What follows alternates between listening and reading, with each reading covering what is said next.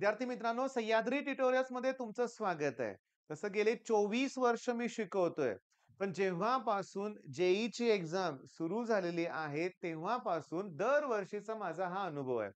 गेले 2-3 दिवस मी क्लिअरली सांगतो, संध्याकाळी 6 वाजल्यापासून ते रात्री 10, 10:30, 11 पर्यंत अशा पालकांशी बोलतोय, असे नवीन ॲडमिशन्स घेतोय, की त्या मुलांना आता जेईई कडून सीईटी कडे शिफ्ट व्हायचंय. मी लास्ट इयर पण स्टुडंटचं नाव घेत नाही बरं का. लास्ट इयर पण याच स्टेजला एक स्टुडंट मला जॉइन झाला. ओके. मी तुम्हाला सांगतो, मुंबईतल्या एक चांगल्या जेईच्या अकॅडमीत तो होता म्हणूया आपण आणि क्लिअरली सांगतो, 1 वर्ष पूर्णपणे फोकस त्यानं सीईटीकडे ठेवला. नाही जमलं. जे-डबल-ईचा अभ्यास 11th मध्ये प्रॉपर झाला नाही. रिझन परत तेच. फॅकल्टी चेंज झाल्या.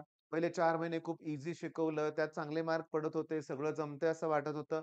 पुन्हा चांगल्या फॅकल्टीज निघून गेल्या. स्पीड वाढलं अभ्यासाचं एकदम स्पीड आणि नवीन फॅकल्टीशी जुळलंच नाही. कंप्लेंट करून झाल्या, सगळ्या गोष्टी झाल्या आणि शेवटी लक्षात आलं काय होणार नाही. 11th मध्ये या न्यू ॲडमिशन्स पैकी काही मुलांनी तर बोर्डच्या टेक्स्ट बुकला बघितलं सुद्धा नव्हतं.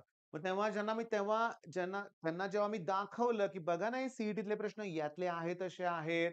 मग त्यांच्या लक्षात आलं, की आपलं काहीतरी चुकलंय. पण जो स्टुडंट आता लास्ट इयरच्या रिझल्टबद्दल बोलतोय तुम्हाला मी. जो स्टुडंट 11th नंतर मग 12th मध्ये मला सीईटीसाठी जॉइन झाला होता ऑनलाईन. त्यानं आपली ऑनलाईन बॅच घेतली होती. सीईटीमध्ये रिझल्ट लागलाय आणि 99.9 प्लस पर्सेंटाइल आहेत. आता पाहिजे तसं कॉलेज मिळणार आहे. मग काय चुकलं डिसिजन? तुम्ही म्हणताल, की आय-आय-टीची तयारी करायला पाहिजे होती. काय मिळणार आहे? सीईटी मिळेल, व्हीजेटीआय मिळेल.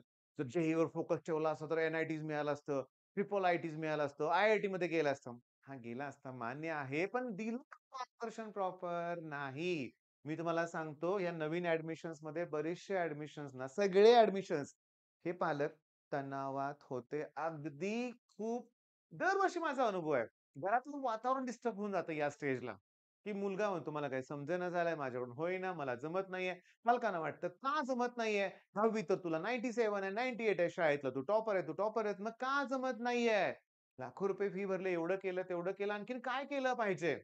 आता या तणावातून काही भयंकर गोष्टी घडल्यात, त्याच्याविषयी आपल्याला बोलायचं नाहीये. ती घटना तुम्हाला माहीत असेल. पण मुद्दा असा आहे, की सिरियसली हा शिफ्ट वेळेवर केला तर रिझल्ट लागणार आहे. बरं, मग आता मी या मुलांना ॲडमिशन दिल्यानंतर पहिल्यांदा काय असते माझी स्ट्रॅटेजी तर मी तुम्हाला सांगतो. ही जी मुलं येतात ना, पहिल्यांदा यांना या गोष्टीची भीती असते. Log table. लॉग टेबलच्या कॅल्क्युलेशन्स शिकवायला लागतील. बरोबर आहे. त्याचबरोबर मी तुम्हाला सांगू का, ह्यांना बेसिक ट्रिगोचे फॉर्म्युले येतच नाहीत. त्यामुळे मी म्हणतो कंप्लीट 1 आठवडा काही घाबरू नका. राहू दे बाकीचे सब्जेक्ट थोडे-थोडे करा. पण 1 आठवडा या एका टॉपिकला, एका धड्याला वेळ द्यायचा आहे. ट्रिगो 2.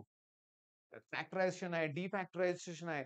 मी 6च्या 6 व्हिडिओ कंप्लीटली फ्री ठेवलेत. लक्षात घ्या ट्रिगोचे. तुम्ही ते बघितले पाहिजेत. ओके. आपल्या ॲपवरती सह्याद्री ट्युटोरियल्स या ॲपवरती मी तुम्हाला सांगतो.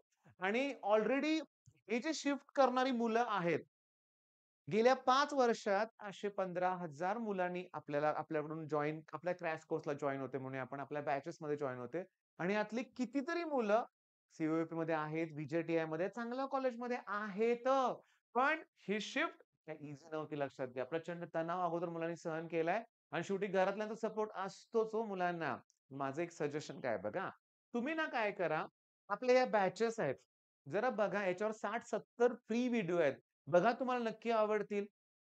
मी तुम्हाला सांगतो, की मी पहिल्यांदा या आठवड्याचं मला शेड्यूल द्यायचंय. म्हणजे मला पहिल्यांदा ना व्हिजन बॅच जी आपली आहे, त्याचं शेड्यूल द्यायचं या ह्याचं म्हणूया आपण. ठीक आहे. मी शेड्यूल जरा एक्सप्लेन करतो बघा. सोमवारी आयोनिक इक्विलिब्रिया 1 आणि 2 3 दिवस मी आयोनिक इक्विलिब्रिया हा टॉपिक घेणार आहे. 3 दिवस. त्याच्या अगोदर संघर्ष बॅचमध्ये तो आम्ही कव्हर केलाय थिओरेटिकली. इथे एम-सी-क्यूज होणार आहेत. त्याच्यानंतर गुरुवारी लॉजिक मॅथ्समधला ईझी टॉपिक आहे. नेक्स्ट डे त्याची डी सॉल्व्ह करून होणार आहे. आणि सगळ्यात महत्त्वाचं संडे टेस्ट आयोनिक आहे. आता एका आठवड्यात एक 11ची पण टेस्ट व्हायला पाहिजे. अगोदर मी काय करायचो, की रविवारी 2-2 टेस्ट लावायचो. पण या रविवारी मुलं म्हटली, "सर नको 2 टेस्ट होणार नाहीये. तर रोटेशनल मोठा टॉपिक आहे." मग 11ची टेस्ट राहिली होती. पण माझ्या डोक्यात काय आलं बघा, की या दिवशी टेस्ट ठेवूया आपण. ओके, गुरुवारी. म्हणजे 2 दिवस पुढचा वेळ आहेच की रविवारी टेस्ट, रविवारी सुट्टी असतेच बऱ्यापैकी मुलांना. मग या गुरुवारी टेस्ट होणार आहे कॉम्प्लेक्स नंबर. बघा, या गुरुवारी टेस्ट होणार आहे कॉम्प्लेक्स नंबर. पण हे झालं क्रॅश कोर्स म्हणजे इथं एम-सी-क्यूज. क्रॅश कोर्स हा ड्रॉपर मुलांसाठीच आहे, रेग्युलर मुलांसाठीच आहे. दोघंही इथे घेऊ शकतात.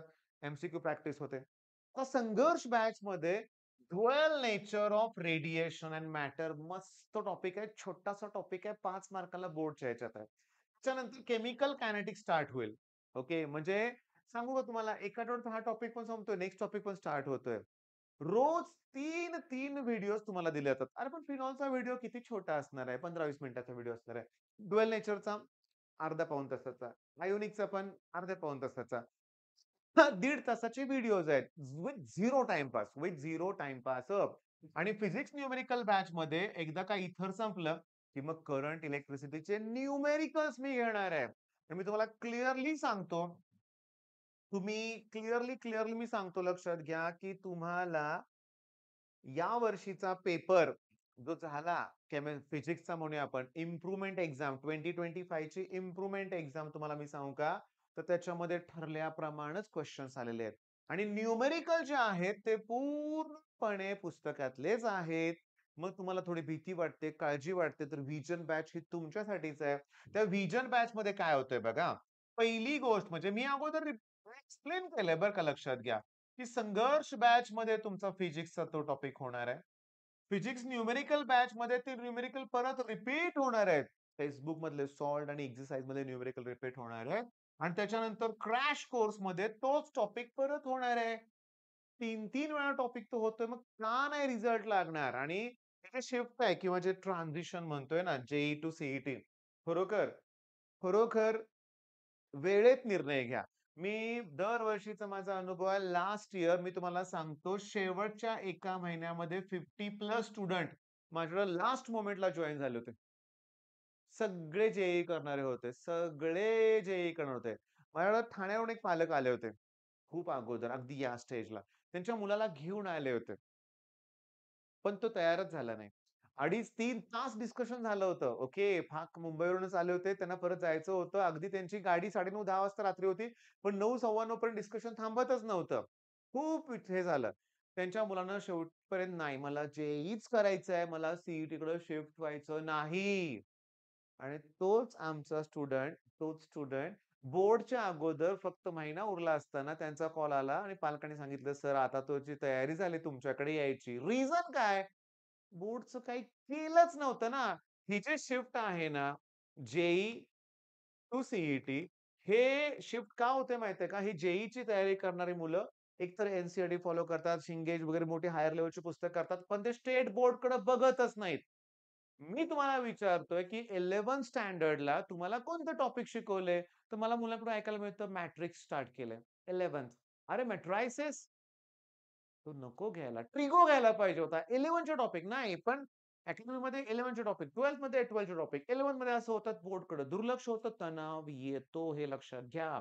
बरं मग आता ही शिफ्ट बिलकुल चुकीची नाहीये, पण इथं पालकांचे लाखो रुपये फी गेलेली आहे. मोठी स्वप्न बघितली होती. मग स्वप्नांचा चकनाचूर झाला असा एका पालकांचा डायलॉग होता. मी म्हटलं, "नाही, असं नाहीये. 1 वर्ष द्या." तुम्ही आणि ओके. आणखीन एक डायलॉग मी ऐकतोय नवीन ॲडमिशनच्या वेळेस. काय माहितीये का? "सर पहिल्यापासूनच तुमच्यासारखा छोटा क्लास लावायला पाहिजे होता." अरे वाह! म्हटलं असू दे चला आमचा छोटा क्लास आहे, पण तुमच्या उपयोगी तरी पडतोय. नक्की चांगली गोष्ट आहे. छोटा आणि मोठा असं काही नाहीये, पण पालकांच्या मनात ह्या गोष्टी आहेत. ही अकॅडमी मोठी आहे, त्यांचे रिझल्ट्स चांगले आहेत. नाही बाळांनो, तसं काही नाही. तुम्ही कुठल्याही अकॅडमीत जर गेला ना, ह्या बाकीच्या टॉपर्सकडे भरपूर लक्ष दिलं जातं. टॉपरची स्पेशल बॅच असते आणि टेस्ट घेऊन तुमच्या बॅचेस वेगळ्या केल्या जातात. खालच्या बॅचकडे दुर्लक्ष होतं. फीस तर सगळ्यांनी भरलेली असते. खालची बॅच म्हणजे त्यात माझ्यासारखे स्टुडंट असतात म्हणूया आपण. मी तुम्हाला सांगतो, मी पण तसंच होतो. नाही मला एक टॉपरनं कसं पटकन समजायचं तर अंडरस्टँडिंग नव्हतं माझ्याकडे, पण मी करू शकलो असतो.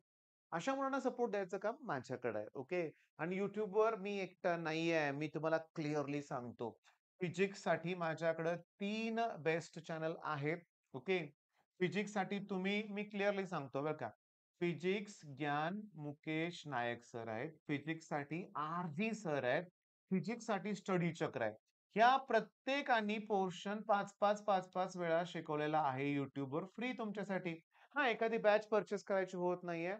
बेस्ट 3 चॅनल आहेत. फॉलो करा ना, फॉलो करा. चुकीचे चॅनल्स फॉलो करू नका. ही लोकं जीव ओतून शिकवतायत तुम्हाला. बघा तरी ते चॅनल त्यांचे फॉलो करा. फुल पोर्शन घेणारे चॅनल्स आहेत लक्षात घ्या. ओके.